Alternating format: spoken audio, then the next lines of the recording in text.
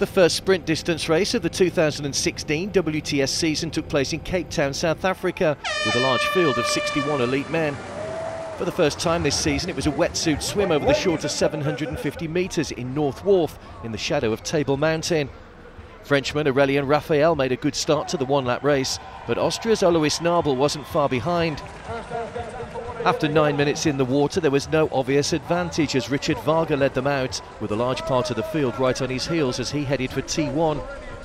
Johnny Brownie and home favourite Henry Schoeman were also in the group to set off first on the 20-kilometre bike. 11 had formed the lead group as Brownie and Spain's Fernando Alarza tried to force the pace on the fast course that encircled the Cape Town stadium.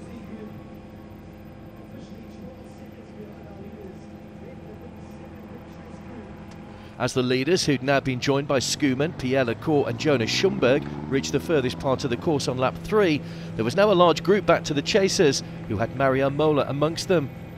Mola's run splits are always fantastic, but would this be a bridge too far for the Spaniard, as the leaders hit T2 with an advantage of almost half a minute?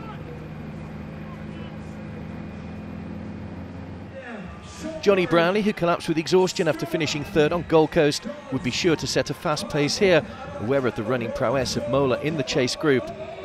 A fast transition saw Brownie joined at the head of the pack by France's Dorian Connings and Spain's Fernando Alarza, who passed Brownie in the final few metres in Australia. These three had already opened up a healthy lead over the fragmented pack behind them. Mola finally made T2, but even with his running skills, could he catch the leaders? As the sun set over Cape Town, Mola was excelling and had the leaders in his sights. But on the final lap, Alarza broke away, taking Brownie with him, as the Spaniard looks to secure the final place alongside Mola and Javier Gomez on the Spanish Olympic team. Alarza got stronger, and Brownie had no answer, as the 25-year-old followed up silver on Gold Coast with gold in South Africa.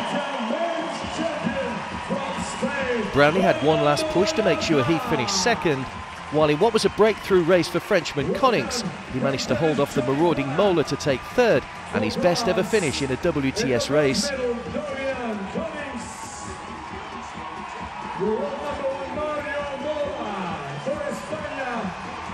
The familiar sight of a Spaniard then at the top of the podium, but the honour this week goes to Fernando Alarza for the first time.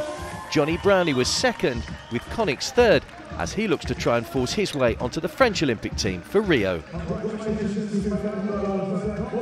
I think it was the best race in my life. I'm so happy, and now I think I'm qualified for Rio finally, and now training hard for Rio de Janeiro.